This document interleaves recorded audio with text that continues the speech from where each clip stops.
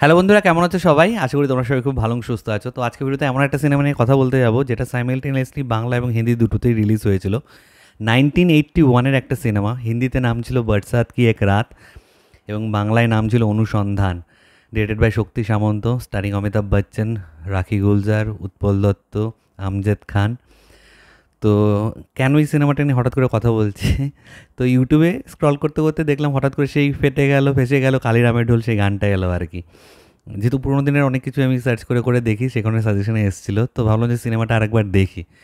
তো সিনেমাটা আরেকবার দেখলাম, তো সত্যি মানে একটা মাস্টারপিস সিনেমা। এই সিনেমাটার মধ্যে সমস্ত রকম প্যাকেজ তোমরা পাবে।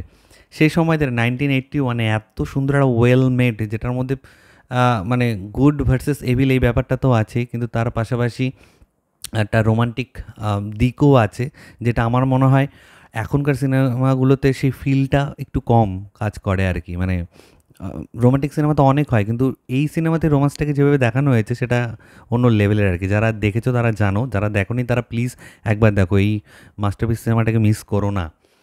তো এখানে আমরা দেখতে পাচ্ছি যে একটা দার্জিলিংয়ের জায়গার গল্প, যেখানে উৎপল দত্ত এবং তার ছেলে আমজাদ খান, কালীবাবু যে আর কি, তারা মিলে মানে একটা অন্য রকমের সিচুয়েশন ক্রিয়েট করে রেখেছে। এবং চা বাগানের লোকেরা, আশেপাশে যে লোকেরা আছে, তারা রীতিমতো ভয়ে তটস্থ থাকে। এই উৎপল দত্ত বিভিন্ন ধরনের অসামাজিক কার্যকলাপের সাথে যুক্ত, 2 নম্বরে অনেক ব্যবসা ট্যাবসা করে, এবং তার ছেলে কালী পুরো বুক ফুলে বুক চিতিয়ে যা মনে চায় তাই করে বেড়ায় আর কি।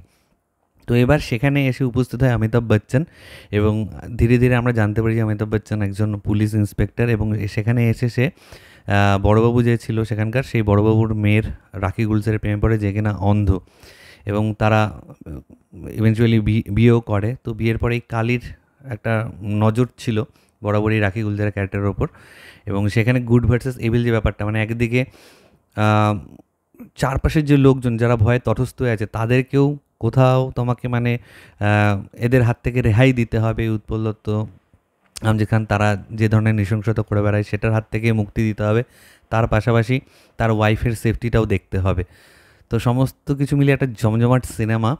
এবং স্পেশালি এই সিনেমার গানগুলো আমার দারুণ লাগে। হিন্দিতে গানটা ছিল যে আপনি প্যার কে সপনে পুরে হয়ে, এটা, আর বাংলায় ছিল আমার স্বপ্ন যে সত্যি হলো আজ। অসাধারণ একটা গান, অসাধারণ গান। তো এই সিনেমার মিউজিকও যথেষ্ট ভালো। আর.ডি. বর্মন খুব সুন্দর মিউজিক দিয়েছিলেন, এবং আরও ফেসে গেল ঘেসে গেল, কালিরামের ঢোল, তারপর ফুলকলি রে ফুলকলি, মানে প্রত্যেকটা গান খুব অদ্ভুত আর কি। এখনও শুনলে মনে হয় যেন নতুনবার, মানে নতুন করে শুনছি আর কি।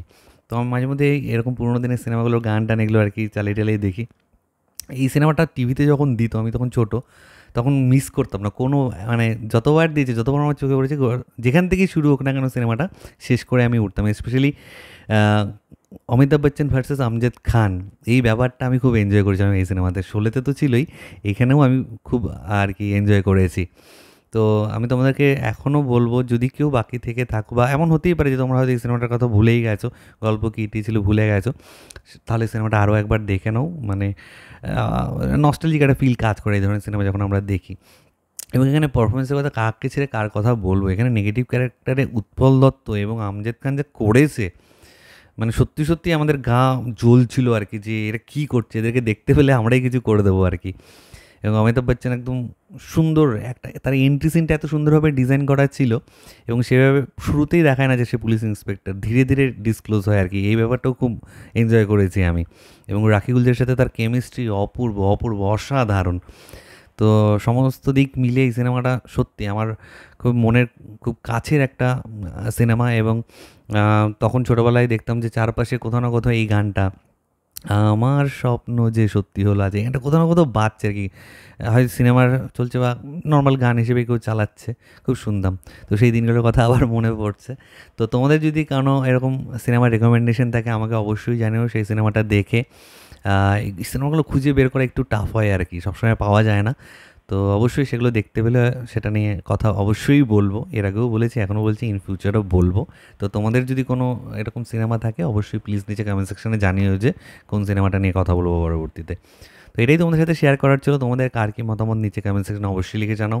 আমার ভিডিওটা ভালো লাগলে লাইকের সাথে একদম ভুলবে না। চ্যানেলটাকে যারা প্রথমবার দেখছো, নিচে যে রেড সিম্বলটা আছে সেখানে ক্লিক করে নাও, পাশে একটা বেল আইকন আছে সেখানে ক্লিক করে অল অপশনে ক্লিক করে নাও।